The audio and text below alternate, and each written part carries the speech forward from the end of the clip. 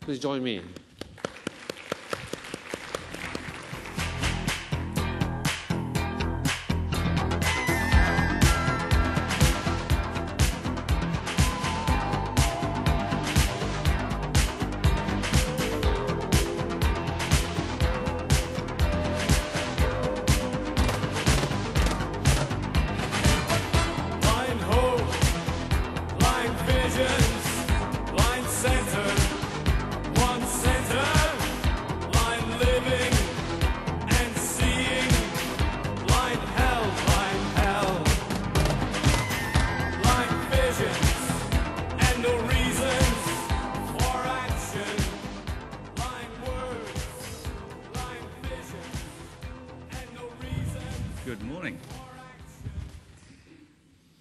Blinded by the light, perhaps that's our second paper, Miles.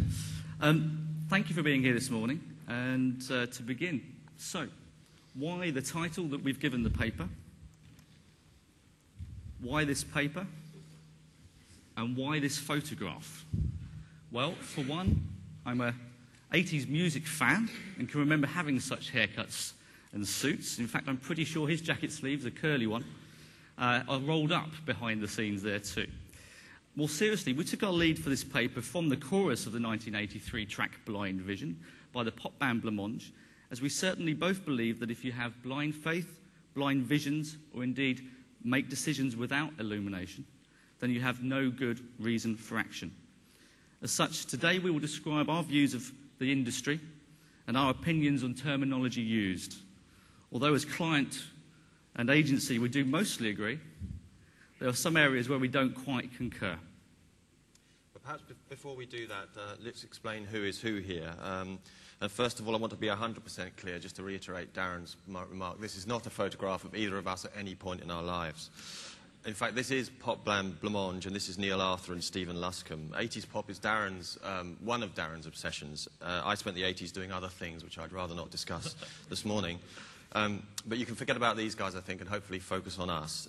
So to help you and reiterate our introduction, my name is Miles Runham. I'm the Director of Strategy for Ask Jeeves UK, a search engine owned by a US parent.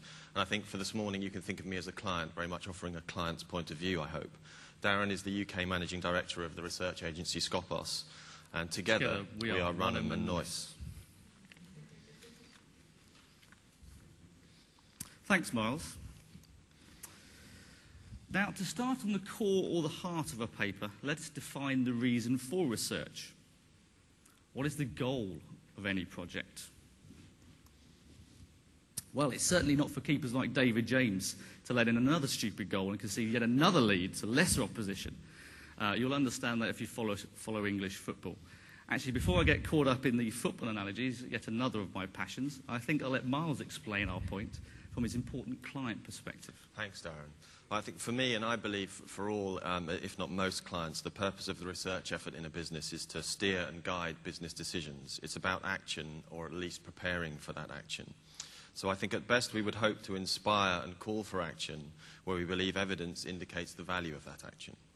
Certainly in my industry, in the internet, things move too quickly and our budgets are actually relatively small, and we wouldn't be able to support research or study for interest alone. So as a minimum, perhaps, as a guideline, we would offer sound reasons not to act. But let me elaborate a little. So I think in the business context, we would see three broad sources of those reasons for action or justifications for that action. There may be subsets of these, but I believe these are the three major ones that would preoccupy myself and certainly most client organizations. The first is intuition or hunch. And this is often, I think, overlooked as a reason for deciding to do something or not to do something, but it is actually an extremely important internal motivator in all organizations. Even in a data-driven business or an organization, there are going to be elements of group or personal judgment that are at stake, as all variables in a decision can't be controlled or really properly understood. But I think intuition or hunch alone would be an inherently risky business on the basis for decision. At least there's a desire to confirm or test intuition as part of that decision-making process. Secondly, and most obviously of interest for this morning, and certainly for, I think, for all of our daily lives, is what we would call motivating consumer information. And this is the concern of our presentation this morning. And this is really about going outside of the organisation, outside of the company, to see what consumers think or what consumers say. So it focuses the research effort on acting from understanding, or at least the hope of acting from understanding. It also focuses this effort on understanding the actions of our users, in our instance, or consumers, and their own reasons for their actions. But research, I think, is often not a part of a decision in isolation. And there are many other commercial and competitor business analysis sources and projects and processes that a business would rely on, looking at other important information sources such as market dynamics, competitive intelligence, investment requirements, product possibilities, production schedules, etc. These are all crucial in planning and decision making, but not necessarily involving a research effort and involving many, many other professionals and specialists within a business. So I think well-planned research should certainly inform and hopefully offer the objectives of these other decision-making processes, but it doesn't act alone. And in my view, and I think most people's views, in reality at least, a good decision or the most successful decisions will involve all three of these processes. So if that's clear, perhaps, then what is motivating information? What is research about? And how do we distinguish that from other sources of information and other types of information that do slosh around in an organisation? Personally, I'm subjected to vast amounts of information on a daily, weekly and monthly basis. Little of it motivates me, certainly the business into action. But a lot of this is not information that we would do without. So I think if you have insight at kind of the sharp end and the thing that everybody is striving for, whatever it may be, at the other end of that spectrum, what we might have data and information and facts that I would describe, or perhaps we would describe as vital data. And this is data that the business will not do without, but they might not be motivated to act on all of the time. In our instance, this is the most clear example is the log file information that's produced by use of the site. It occupies a whole team. We've invested in technology. Everybody looks at it every day, but we're not necessarily motivated to act on it all the time. We wouldn't do without it. It's really the pulse of our business. It is vital data, but not necessarily a source of insight on every occasion. It's a little bit like, I suppose it's analogous to tracking information that other businesses would use. I interpret it almost like seeing footprints in the sand, where you know that person has been somewhere, you know when that happened, but you don't know why or what they thought of that action. So it's part of an important interpretation, but not necessarily an insight in itself. So then what might be more close to this notion of insight? Well, I think that the dictionary definition of insight is pretty awe-inspiring. The capacity to discern the true nature of a situation, or the act or outcome of grasping the inward or hidden nature of things, or of perceiving in an intuitive manner. This is a very grand, mystical, wonderful theme, but it's rather difficult to get our arms around this. Certainly it's rather difficult to specify as a client, and I'd be rather shy of asking a research agency to deliver this. And certainly I would probably shy away from committing budget to it as well. In fact, it doesn't really feel like the realm of research at all. It seems to discourage the idea of looking to see or of gathering evidence, which I think is what we're all at least paid to do and should attempt to do. Indeed, maybe then the term insight has more in common with intuition than investigation, which is what we're perhaps all used to. Perhaps the dictionary definition of true insight is more wizardry than science, but shouldn't insight in our commercial sense be more Stephen Hawking's than Gandalf? Perhaps the point is that both can offer routes to insight through knowledge, experience, or let's call it wisdom. Of no doubt, though, is that this polarised discussion over the term leads to one big question. Why use this word insight if the definition is foggy and debatable, both in terms of processes and, most importantly, the tangible deliverables that a client requires and an agency would deliver? Now, as you all know, those of us who work in the internet industry are dangerously obsessed with pornography and have no regard for morality, and I'm no exception to that. In fact, I'd take any opportunity I can to talk about pornography, and particularly to such a large, captive and attentive audience. But seriously, so that was actually humour. There was an unnerving silence there. My mother would not approve. I do wonder, though, whether trying to define insight is a little bit like the US Supreme Court judge attempting to define pornography. He said, I can't offer a definition of pornography in a meaningful way, but I know it when I see it.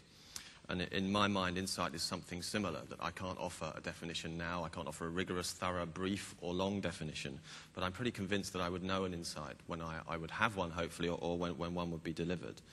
But if if that's the case, then it's rather difficult to commission and manage, and perhaps we could begin to ask, should clients and agencies really use this term to describe market research and services and deliverables? And perhaps to help a little bit with this argument, I'd like to offer some observations from my own perspective on the client side of kind of what a real-world insight might look like. And I think in my real business world, insight is really telling us something new and different about an issue, a problem, or about a phenomenon. It certainly is around informing decision-making and clarifying the options that are at play in those decisions. And it's certainly about confirming intuition and suspicion with new information. I think there is definitely, around insight, there is some notion of novelty and new information that is important. But the focus really is around practical information and guidance for decision makers and for decision making. And this clearly is the realm of research. And it's much likely to be defensible and desirable as we manage research budgets and issue research briefs, etc. I think a lot of people in the marketing profession would say that insight is an intuitive outcome and that you can't actually discuss it in an empirical manner. But I believe it can be the result of use and analysis of data, however. So if that's the case, then where might these insights come from? And can a research agency really deliver an insight into my business? I think the value for me in a research agency in many ways is that the core strengths that they would offer are exactly the things that me as a client and our business should not be engaging in. They do the things that we shouldn't be doing. So they save an enormous amount of focus and time on what we might call the basics, which sounds a little pejorative, and that's not the intention. So there's an enormous, important focus on rigor and method. There's an important focus on information production, all of this being done in an accurate and timely manner. And significantly, knowledge of other projects, knowledge of other businesses and other sectors, and knowledge of these things over time as well. These are often things that a business internally is just not going to manage well. So there's an important role in guiding or increasing the likelihood for insight in that decision-making process, in narrowing options, reducing risks, and concentrating the client on the steps, what I would say, beyond information production, on those other areas of analysis.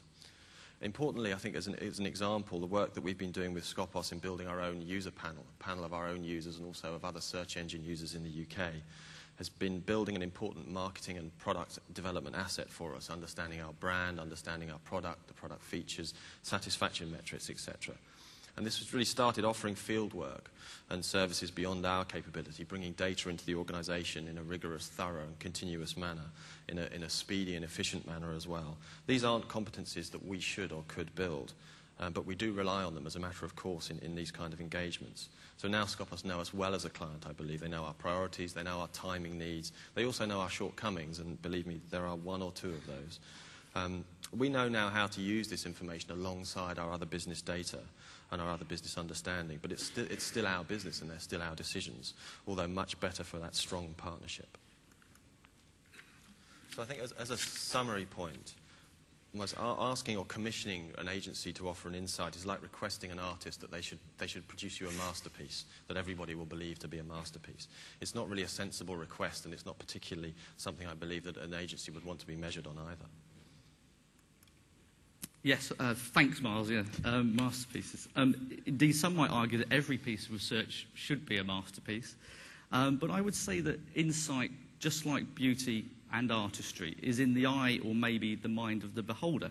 Let's call them the client. But I work on the principle that as an agency, all we can do is maximise the effectiveness of the information we provide for our clients. Or put another way, we can maximise the propensity for the client to derive insight from our work. In order to do this, we use a very long-winded guiding principle at SKOPOS, and I will read it out just so that you've heard it. This is to deliver knowledge or advice based on accurate evidence generated through relevant, clever analysis of new or all data and applied in combination with existing knowledge of the product or market to the business needs or objectives.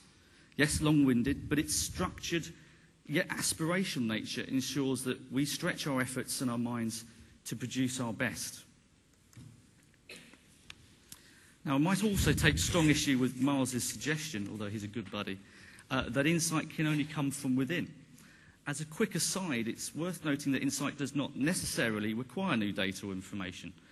Insights emerge all the time from within and outside of firms through intuition, as we've called it, without any surveys taking place at all.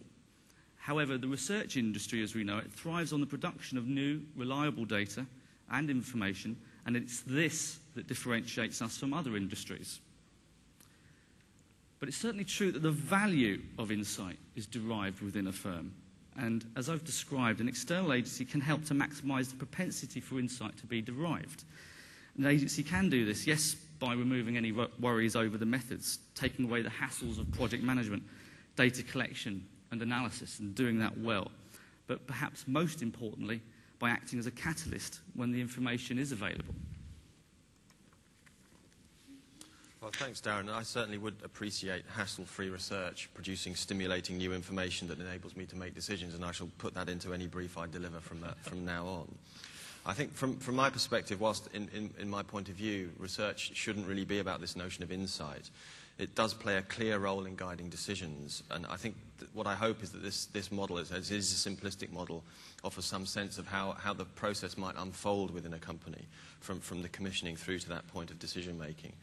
And the first step is the fieldwork, the gathering of the data.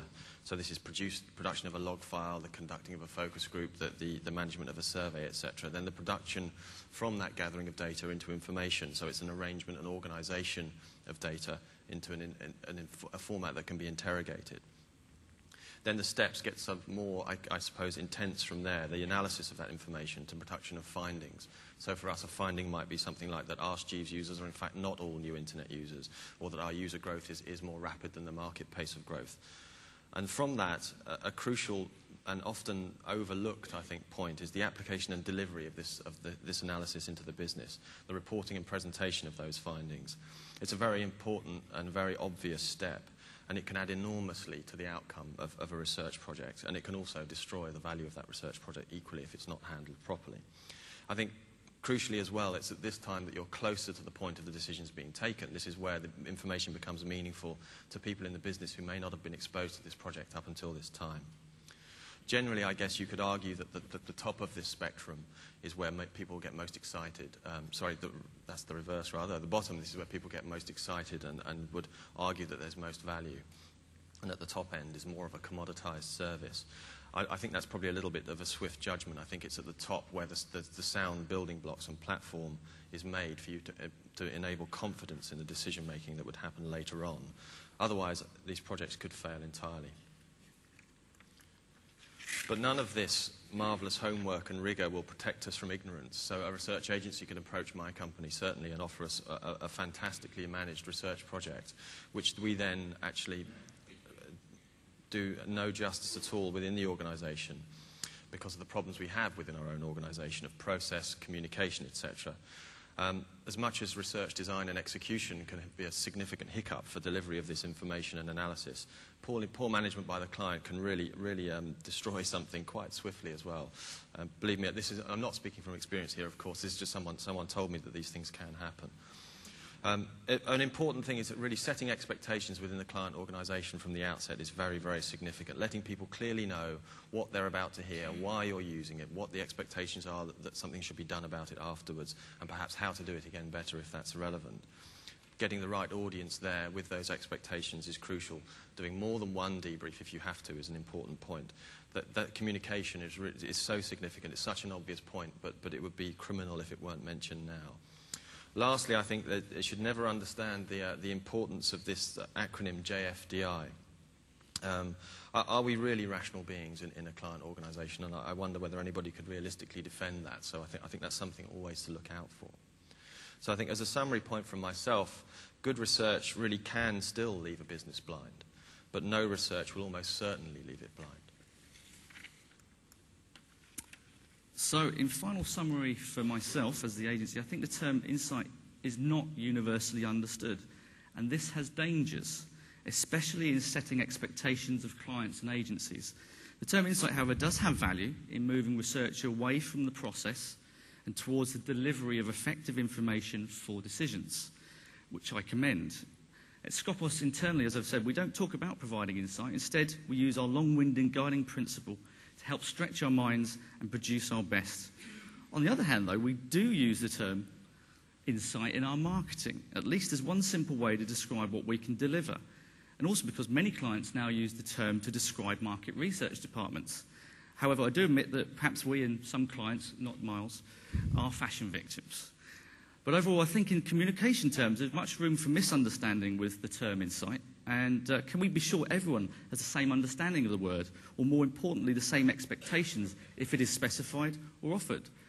Therefore, I might strongly recommend Esomar and other bodies take a lead in setting universal, clear definitions of these and other terms so that this communication can be more effective. I think a summary point for me, which I guess may be clear by now, is that I really will try not to use the word insight, certainly. I won't try and ask for it, and I won't claim to have had it, I doubt, either. I don't think it's particularly meaningful. I think it's a barrier to setting those clear expectations, which I think are so significant. I certainly know the importance of research in decision-making above any need to worry about delivering insights. I would worry about the quality of the information being delivered, and I would worry about its timeliness and value, etc. But overall, I think Darren and I are in strong agreement that good research gives reasons for action. And if that is insight, then so be it. So then, coming to a conclusion now, let us return to our music theme. If these words here on screen were the lyrics to the original track, what about the lyrics for the 2004 remix mentioned in our title?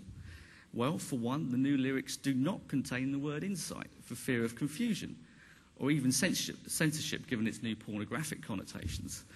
In fact, much more simply, our message today is as follows. Informed visions and much reason for action. Informed visions and much reason for action. Cue music.